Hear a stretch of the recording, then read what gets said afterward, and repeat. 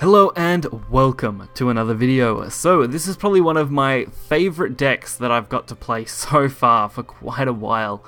This deck has been absolutely great fun. I didn't expect it would work as well as it did, especially since it's only got minimal new additions. I mean, Grand Auction being one, and I believe Fountain of Angels was only added in this expansion. I can't quite remember, I have to double check, but that's fine. Everything else is pretty normal. And obviously, if you've noticed one thing about this deck already, it's heavy discard focus, and it is a Spartacus deck. So we are running 2 Spartacus, which is just fine. It does give you the option to discard 1. Of course, you don't want to misplay Spring Cleaning, which I have done in the past. Definitely not a good idea. You'll probably see that in this video. You definitely want to make sure that if you are going to play Spring Cleaning, that you have already either dropped Spartacus or have it set up where you can already play it, because you will discard Spartacus pretty much guaranteed in this deck if you play Spring too early.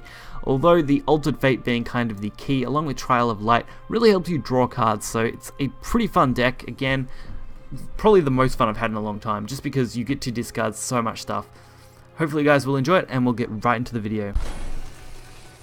So I found with this deck, typically you can win around turn 8, turn 9. If you were extremely lucky, I could definitely see you winning turn 7 if you could triple Alter Fate, which could work out nicely. Or if you've just had a really good early game before you played Spartacus on 6, there is definitely that chance to win on turn 7.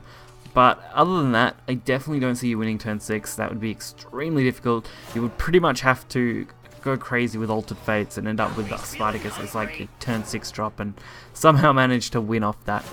But turn 7 will be your most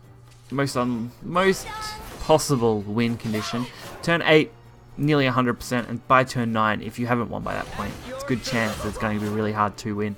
This deck is deliberately set up to just draw as many cards as possible. So as you see here, Bellringer, Pure-Hearted Singer, Shining Bellringer, Mental Teachings, Trial of Light, almost every single card will pull a card from your deck and put it onto the board. And if it doesn't, it's designed to remove another card, as Maisie does, which is great. So we do get a nice setup on this. I do decide to remove that one, just so we don't have to deal with it. They're playing a slightly different version of this deck. So this one is running Maid Leader, which I guess guarantees in the Spartacus draw, which makes sense. I have thought that maybe that could be a good option for this deck, but I'd have to look through the commander list and see what else I'd replace. Otherwise, it made for a very interesting match. It seems like Discard Sword is becoming very popular on the Unlimited ladder, and it's definitely something I've enjoyed playing so far. So I get the chance to drop red again, which is good. Being able to drop red, use it to our advantage, being able to remove a couple of things. I do decide not to give them the draw initially, just so they're forced to use it for their own draw. And they go for Into the Looking Glass. So really in this matchup, it's whoever can drop Spartacus first and then Altered Fate immediately after. So at this stage, I've definitely got an advantage having Altered Fate and Spartacus, but that's going to be about it.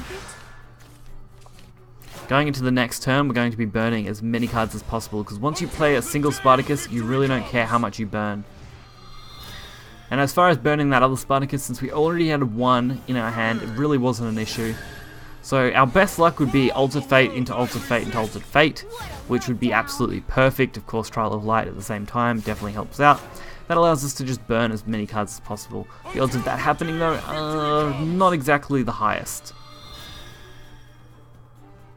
So my opponent does get their own Spartacus, which is a little bit of trouble. Definitely something we don't want to deal with. So they do end up drawing a card. We do get a chance to play Spring Cleaning now. I felt like that was a safe bet, considering we can Alter Fate at least 3 times, plus play a 1-drop. And Spring Cleaning would be one of the better ones to play, as it's going to discard cards and draw cards at the same time. And since there's nothing in this deck we're really interested in keeping anymore, all we really need to do is continually draw. So the only risk would have been if they could have Altered Fate 3 times and somehow come out on top, which I don't think they would have had quite enough cards to do. We do end up drawing our own Altered Fate, our 3rd one there. Didn't really need it. I'm sure we could have milled those 4 cards very, very easily. So, wasn't a big deal. Just made the thinking process a bit quicker.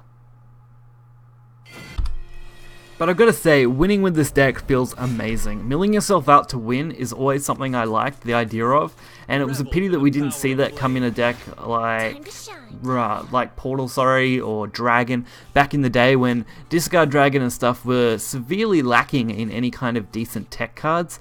Discard Dragon was fun, especially with Dragonute, Altered Fate kind of combos, but outside of that, there really wasn't anything else, and I think, honestly, Spartacus could have fit Dragon a lot better in that regard. I could imagine an absolutely amazing discard deck for that.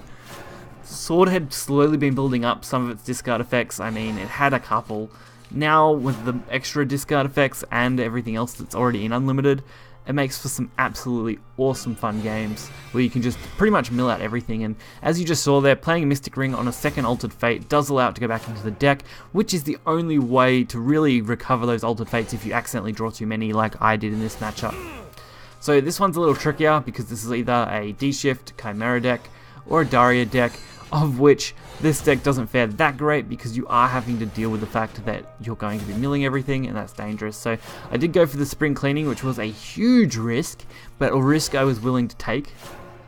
And since I didn't draw Spartacus there until now, as you can see, it's going to be a problem because I now have to mill this Spartacus and hope that I can somehow get my other one.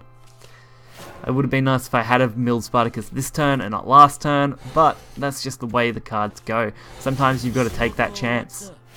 And getting Spring Cleaning down did mean I was able to at least mill through a lot of cards quicker. So Mentor's Teaching, going in for another draw. We don't get much here, which is a little disappointing. I can play Magical, which is okay. Vals does the job alright. Fatal Spell Bomb is a pretty nice one to have, no matter the matchup.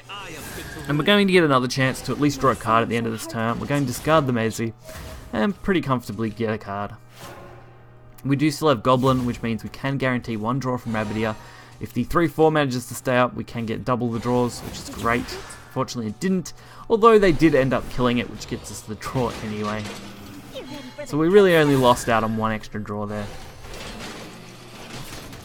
Of course, that doesn't make things that perfect. This deck does have its weaknesses. Anything aggressive can be a difficult match unless you get all your defensive plays up early. Fountain I found was quite a fun card, and using it like this seemed to do a good job. And we did get our own Spartacus, so thank God for that. It took a little bit longer, so we are now basically having to wait it out, but we've discarded that many cards that as long as we can Spartacus and Alter Fate, we should win the game. It's just a matter of, does Rune have the cards they need? If they have done enough to me now that they can pull off a D-Shift or a Giant Chimera, then we will be in some trouble. But for right now, Spartacus gets our immediate play. Fortunately, I didn't get an Altered Fate, which would have been almost perfect. But Bellringer does set up at least a defensive play from anything at least semi-dangerous. May buy us a turn if they did have D-Shift. If they only have a single one maybe even two, might have just enough. If not, stuff like this will happen, and we'll still get a chance.